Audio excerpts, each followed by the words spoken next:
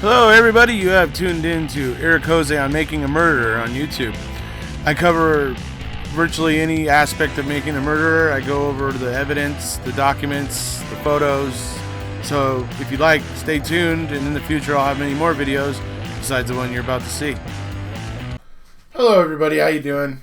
Here today to putting together a little video to illustrate something I was talking about when I was having a chat with Mark Hodnott earlier this week. It's, if you, I don't know if you've listened to it. If you did, great. If not, there was a point in the call where we were talking about, we went from the cabinet and we got into talking about Kucharski. Those of you who may not remember that name, he's the one who said that aliens may have put the key there. Okay, so that's who Kucharski is. Now, we started out where I was talking about the fact that I felt like Kucharski was proof of the fact that not everybody that was involved in this knew what was up. But I think he also at the same time proves that no matter what, even if they weren't in on it, even if they suspected, or no matter what they saw, or how, in the face of how much, probability that key was planted, we still see Kucharski was willing to back his brothers, his brothers of the badge, his brothers of the law enforcement and everything. And we see that he is willing to do that, even though he is, through cross-examination, he is really seeing how very difficult it is to believe that key got there by Colburn just shaking the cabinet. Anyway, but I think he illustrates, like I said, very well what it is, what an officer in this case looks like, who isn't in on it, isn't part of it. I mean, he's sent in there because he doesn't know what's going on, and it gives Link and Colburn the chance to pull this fast one. He is not nearly as informed as the night as the officer that they sent with Link and Colburn the previous night. Just food for thought. Not nearly. Obviously, Kucharski didn't really understand fully the whole conflict of interest thing, and that he needed to be watching them closer. He clearly didn't get that. I mean, and so, anyways, that's what I'm getting at, is that there was clearly some players here that were not fully part of it. And that's why, and the reason why I make that clear is because I've really always thought that there was just a smaller number of main players, and it doesn't require everybody. It doesn't require everybody to be involved, and that's, I think, important. But beyond that, with this, we're going to also be talking about, because Mr. Hodnott and I got also into the subject of the way Kratz acted in court when asked by Judge Willis about whether or not the prosecution knows who erased those voicemails, which was on the 2nd, November 2nd. Okay, the important part for people who may be coming into this and not realizing the importance of this exactly is that the prosecution's entire case resides on the fact that Teresa Halbach died at Avery Salvage on October 31st. And the fact that somehow her voicemail, her phone,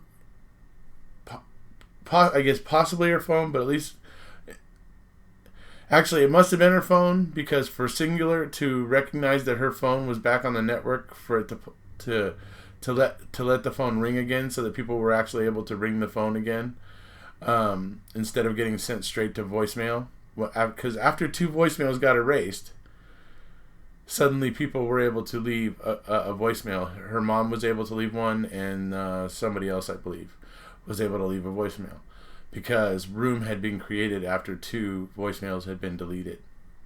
And this is on the 2nd. And that's what you're going to see here in this upcoming part that I'm going to show you. You're going to see how, basically, the way it all plays out with how important the fact that voicemails being erased is, how important that point is.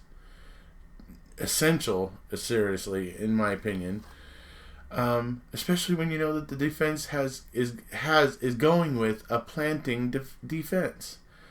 They're saying that officers helped the evidence along. That's part of their defense. The point that they're trying to make is not whether or not officers deleted those voicemails or anything or themselves, but what the defense is getting at is that this was an investigative avenue that should have been explored. And then, like Jerry says, but here we are in the middle of the trial, and it hasn't even been investigated. Because Kratz doesn't have an answer.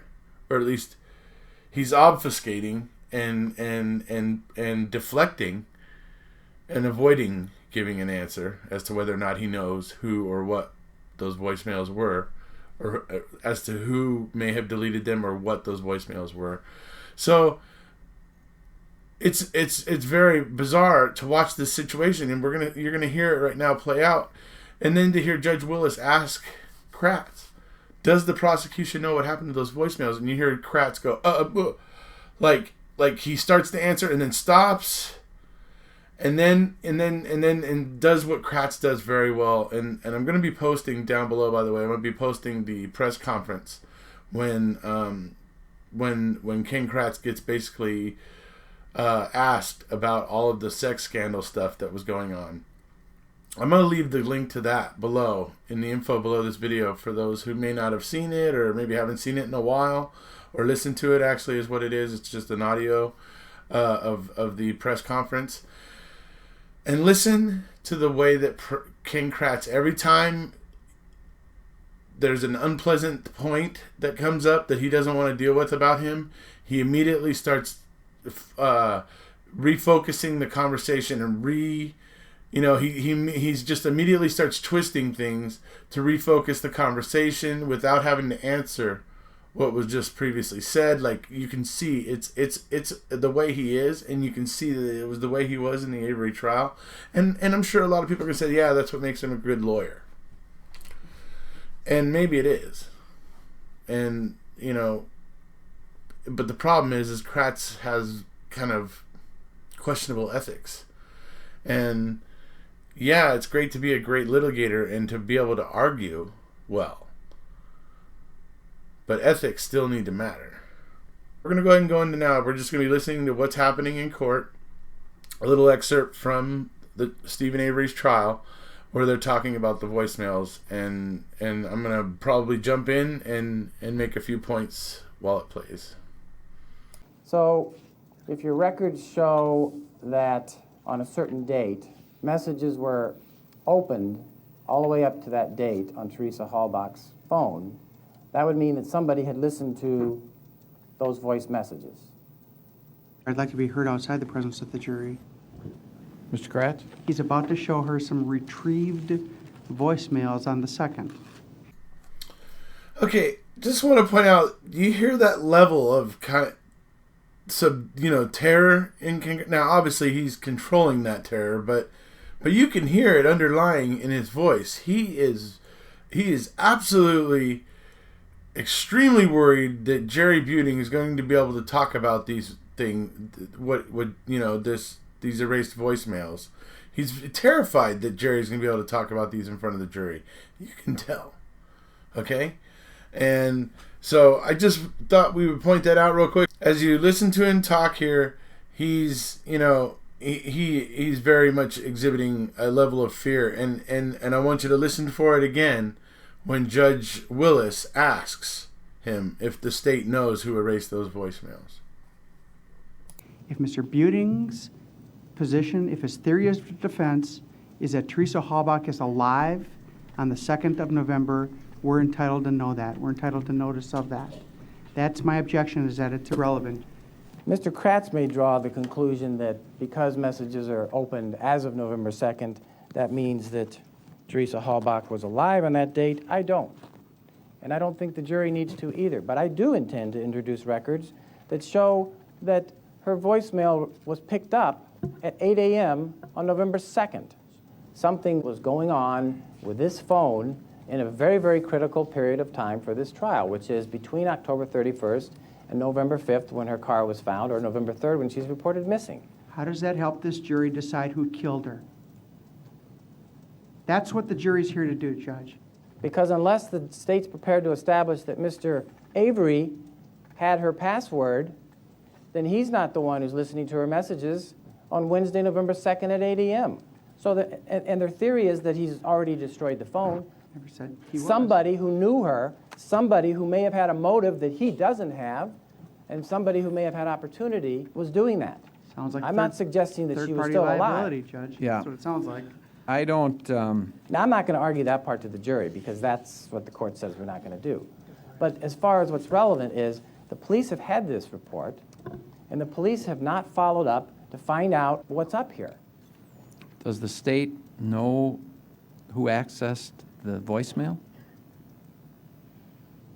I suppose we could. Okay. You can tell. Kratz is literally filling his Pampers right there. You know, he's like Judge Willis is asking him. This isn't just Jerry Buting over there. This is now Judge Willis asking him, and he's just like immediately figuring out how he can deflect it, make sure that he doesn't have that it's not his responsibility. You know, because I mean, just by the way that he starts to answer there, that's what it is with him. He's just that way. So we're gonna get into it. The other thing I want to point out here is that how does Judge Willis not realize and see the things that Kratz is displaying here, the factors and indicators that Kratz is displaying here, that show he is extremely worried that this question is causing him. His heart rate has gone up 20 to 30 beats a minute since this line of questioning started. Trust me. I mean, it's pretty obvious. So, yeah, the way that Judge Willis just doesn't see that and realize, oh boy, what's going on? Look at how scared the prosecutor is about this. And it's like he realizes that if he probes any further, he's going to blow the case for the prosecution, maybe? And so he just like sheepishly backs off and says, I don't see the relevance of it. Wow. Judge Willis, you are one of very few people that doesn't see relevance in a girl who is supposed to be dead for 3 days at that point. Somehow somebody getting in her phone and deleting voicemails. Not only that, it was done with her phone. Like I said, I've done another video about this. It was actually done with her phone. It had to be, or with a phone that she owned, possibly a second phone. But it had to be because Singular does not bother letting a phone ring. Like if you call a phone that's been off of the network for 4 hours, if it has been powered off for 4 hours, Singular does not bother to ring it anymore. And it waits until it gets a signal from the phone that the phone has been powered back on. So what will happen is when you call that person, when that's happened, is it'll take you straight to the voicemail. It won't even really ring. You'll just almost immediately get sent right to a voice message box where it says, please leave a message for, or if she's like done her voicemail box and set it up to where she has a little personal greeting there, whatever it is, it takes you straight to that. But people that were calling on that day, the 2nd, they said that they were actually getting a ring. And the way it worked with Singular Wireless back then, to get a ring, that means Singular had to detect a phone out there on the network to ring. So, or at least one had to be on long enough to delete voicemails and then power back off. And so it was in that 4-hour period before Singular took it back off of the grid, or took it back off of the network again, because it wasn't sensing its call signal. Kind of complicated stuff, but that's the way Singular worked back then. So when it comes down to it, a phone that was tied to her account had to be connected to the Singular network at that time to be able to delete the voicemails and to cause people to be able to get a ring when they called that number. So, all right, moving on. If there was an inkling that Mr. Buting was going to suggest that Ms. Halbach was alive at that time, this is something that could have been looked into investigatively. It's another thing that we could do, Judge, if the Defense is changing its theory. This is not changing the theory at all. This fits perfectly to show that they have not followed up this investigative lead, because this investigative lead points elsewhere than Mr. Avery. And here we are in the middle of the trial and it hasn't been investigated. The jury has a right to know that. All right, I'm, I guess, having trouble seeing the apparent relevance of it at this stage of the trial. Let's bring the jurors back in. So this is pretty much wrapping up, for the most part, part one in the, you know, what I would call the fearful, you know, prosecution, or the fearful state series here. The way that Kratz reacts when it comes to Judge Willis, and when he's asking about whether or not the state knows virtually anything about these voicemails, and you can tell he knows something. What is he afraid of? If he hasn't looked into them and just has no idea about anything about it, then you would think he would have a less fearful reaction, unless he knew there was something there that would throw up a bunch of red flags and create a problem for him. So to my mind, he has knowledge of it because of the way that he is reacting. So, like I said, I guarantee you his heartbeat went up 20 to 30 beats a minute when this started getting talked about there. He was very apprehensive. He was very agitated.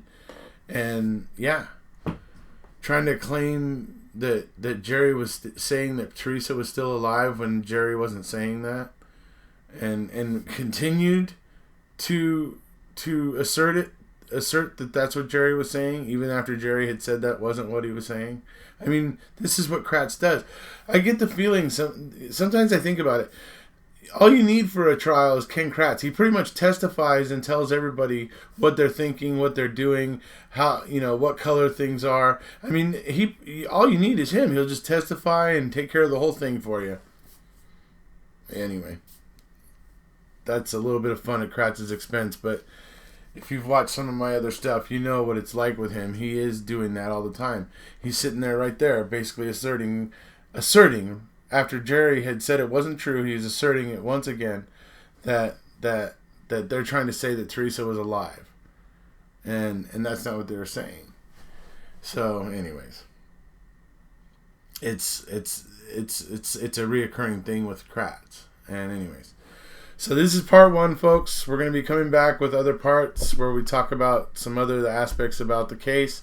To let you know, one of them is going to be about Ken Kratz and some shenanigans that he tried to pull in his opening PowerPoint in regards to some evidence that he tried to claim it was positive as something that it was not identified as. And so some interesting stuff there, and you know, like I said, just some other interesting things to look at here. And obviously also, obviously in the final part, we're going to be talking about Kratz and Fassbender doing the little Kratz-Fassbender connection where they hide the content on the DASI computer by creating Fassbender's easy evidence solutions, where you don't have to log your evidence into any kind of evidence storage facility or anything like that, where it might create a paper trail and get the attention of the defense, and therefore they might be able to see it and you know, discover it and be able to be informed about it moving into the trial. No, you just put it into one of the investigating officer's personal care. Hope it wasn't just sitting at home on the mantle next to, you know, Billy's stocking or something. Anyways, you know, so yeah, so part 3 is going to be about how that whole business of them, that little shenanigans that they pulled with all the evidence regarding the the forensics of the Dassey computer. So that's what we're looking at, folks. But like I said, this part bothers me a great deal because clearly Kratz is scared. He's on the ropes right there, and Judge Willis basically like lets him off the hook and doesn't follow up on it. Like he says, he doesn't see any relevance in it when it's relevant all day long. Anyway, we'll see you folks. If you haven't already, please hit subscribe.